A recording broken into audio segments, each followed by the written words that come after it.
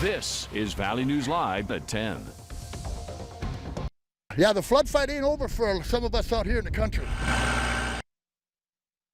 Good evening, everyone. I'm Justin Betty. And I'm Stacy Van Dyke. Take a look at rural Horace tonight, where neighbors are continuing to fight floodwaters. Many worried they'll be battling for at least 2 more weeks as the water just has nowhere to go.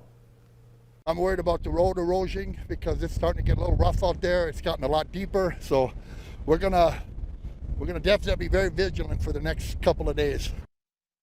The only way Tronis there and his family say they're able to get in and out of their property is via tractor. They say they'll likely have to switch to a boat soon. He says this is the worst flooding he's seen in more than 30 years. Meanwhile, the problem certainly isn't unique to rural Horace, so that is a major issue. Farmers all across the region haven't been able to get anything in the ground yet. Valley News Team's Aaron Walling spoke with farmers in Cass County and found out how they're coping. The recent weather has put roadblocks in the way of farmers in Cass County. Whether it's due to flooded fields or high winds, there are many challenges this farming season. We haven't been able to get started at all here, so we've just been, had to, stay in the yard, work on equipment, try and pass the time however we can, because all of our fields have been too wet to get in. We haven't planted anything as of yet. Kevin Skunis is a farmer in Arthur, but despite all the challenges this spring, he says he's seen worse. 2 years ago, in 2020, we didn't plant any corn until the 18th of May that year. So this isn't extremely late, but it's getting very late. Brandon Lindstrom out in Nemenia is ready to get out there and get his fields ready and is having a positive mentality with these challenges ahead. We do the best we can. It's best not to stress about things you can't control and focus on the things you can. Lindstrom added that thanks to the drought last summer, his fields aren't as waterlogged as they could be after the recent rains. North Dakota is a land of extremes. We'd be a lot worse off right now if it weren't for the drought last year. We had some room to spare in the dirt to hold water. In Cass County, Aaron Walling, Valley News Live. Lindstrom says he hopes to get his planting started next week before more rain might come through. Well, we'll look at some of the damage and the cleanup efforts from last night's storm in just a few minutes. But first, a quieter night tonight. Hutch? Justin, thanks so much, and good evening, everyone. Let's take a look at some of the facts with the water. Now that the rain has fallen, we've quantified it. It's gone into the models. We can tell you where it's going in the river systems. First and foremost, all this color here is a 48-hour estimate of rainfall by Doppler radar. As we make it full screen, you can see all the very bright, vibrant colors near Brainerd, near St. Cloud. 2 nights in a row of very heavy rain and severe weather there. A lot of rain picked up in Lakes Country here. This was on the Wednesday night system. And then a couple of rounds made their way through the James and Cheyenne River valleys, dumping a lot of water. And this is making some of our rivers rise once again. All of this water up here, much of it will go down through either the James River Valley or drive down here through the Cheyenne River Valley, through Lisbon, Kindred, and on up towards the Harwood area through Fargo and West Fargo.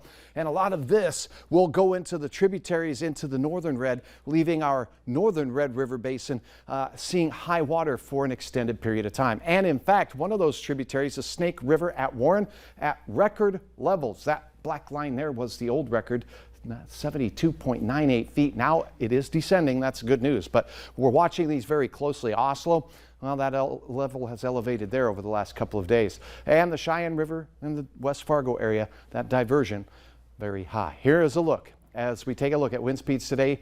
55 to 65 miles per hour, even higher than that up in northeast North Dakota. The wind settling down. The showers, they're out there. A couple rumbles of thunder moving toward that Ashley, Wishick, and Ellendale area. We'll have hour-by-hour details. A little more wind, a little more sprinkle activity this weekend, but much quieter than Wednesday and Thursday. All right, thanks, Hutch. Last night's storm, of course, caused a lot of damage around the region. This here is video from Battle Lake, Minnesota. Look at that, all those trees uprooted. The Ottertail County Sheriff's Office says they responded to a number of calls like this today involving property damage, trees down on power lines, roads, and in some cases houses. Someone was also hurt when their mobile home flipped. In Wahpeton, dozens of trees were ripped from the ground, damaging buildings and vehicles. Grain bins were damaged. 60-mile-per-hour wind gusts tore the roof off of an apartment building. Sent chunks of plywood flying to the north and took out a garage door, and a piece of it went through a neighbor's home. All 8 people did get to stay in that apartment complex. He says he hopes the roof will be repaired by the end of tonight as cleanup is underway. People say they're glad no one was hurt, and it's going to be all hands on deck all weekend to get the town cleaned up. 2 people were killed in South Dakota in last night's storm. Governor Kristi Noem surveying the damage today. She also issued an emergency declaration for the state, saying every state agency is responding and helping with the cleanup efforts. We had many people in nursing homes that were displaced because of damage to their buildings. Department of Health and Social Services and Human Services are all responding and helping them find permanent locations. We also are looking at schools, giving them recommendations if they've had damage, what to do with their students. Dozen injuries have been reported as well. Some nursing home patients had to be airlifted to a Sioux Falls trauma center. The governor says at least 60 homes were damaged and several families displaced. She also said there were, of course, widespread power outages in areas that were the hardest hit by the storm. A horrific story out of Otter Tail County today. More than 1,000 goats and a whole litter of puppies died after a fire. It happened northeast of Henning. Crews spent hours battling the blaze late this morning. Investigators are still trying to figure out how the fire started. New information tonight out of Grand Forks. The man suspected of cutting his roommate's neck has been formally charged. 29-year-old Joshua Franklin has been charged with 2 felonies, attempted murder and aggravated assault. Court documents show it happened back on March 26th in the 1700 block of Cottonwood Street. Officers found a man with an injury to his neck caused by a knife. An update on a missing Fargo man. Authorities now confirm Jordan Simeon's body has been found in Arkansas. We spoke to Simeon's sister a couple months ago. She told us he was heading to New Orleans, trying to start a new life. She last heard from him after his car broke down on the way. She also said he suffered from Huntington's disease, which made him a vulnerable adult. The cause of his death has not yet been released. The man who was killed in a crash yesterday in Monoman County has now been identified as 68-year-old David Charles Sokolik. The crash happened just east of Waban. Investigators say he left the highway, struck a guardrail, and then entered a pond. They also say he was not wearing a seatbelt.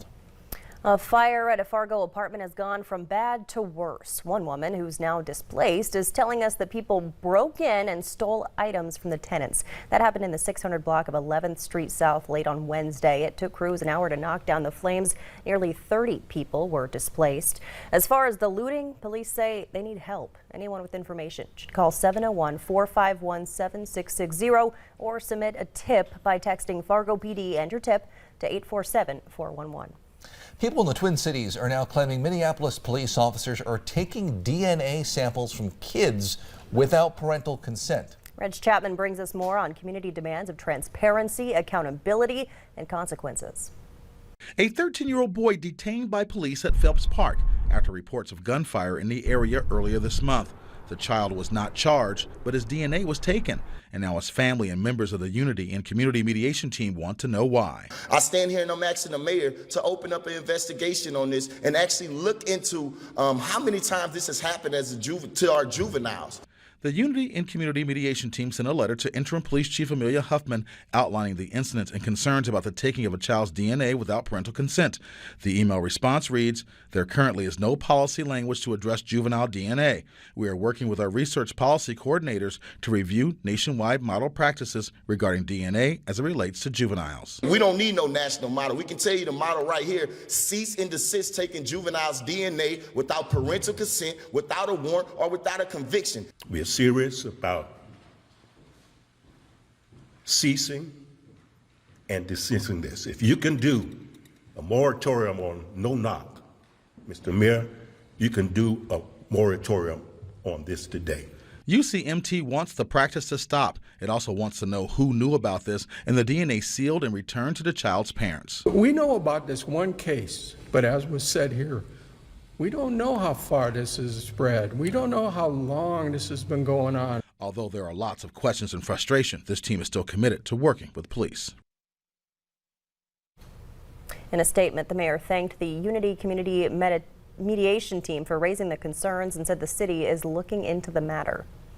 One person was injured this morning in Grand Forks after losing control of his vehicle and eventually hitting a semi. It happened mid-morning around the 300 block of Gateway Drive. Police say Epifanio Cabazos Jr. of East Grand Forks was driving east, crossed over to the opposite lanes, and hit a semi. He was taken to Altru Hospital with injuries and also ticketed for care required and being an unqualified operator. New for you tonight, West Fargo Lieutenant Adam Gustafson was honored today at Lindenwood Park. The Red River Valley Fraternal Order of Police Lodge 1 organized it all so attendees could recognize the officers who paid the ultimate sacrifice in the line of duty. Today, officers remembered their brother in blue, Lieutenant Gustafson, who died in May last year from a heart attack at the police station. Life on a farm can be a lot of hard work, but still ahead on Valley News Live at 10, we'll show you why some people are heading there to relax.